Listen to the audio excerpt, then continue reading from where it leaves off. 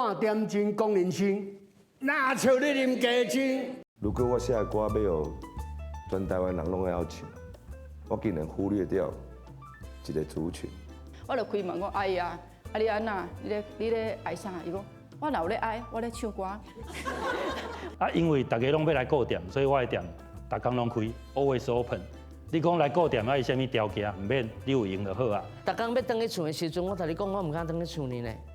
我拢开喺阮厝外口至少100公尺的所在，车停喺路边，我会内底爆哭。倒77，正77，你才袂生气，气清清。等待三更啊，等落水，等着花心啊，花照开。每礼拜欢迎来收看半点钟讲人生。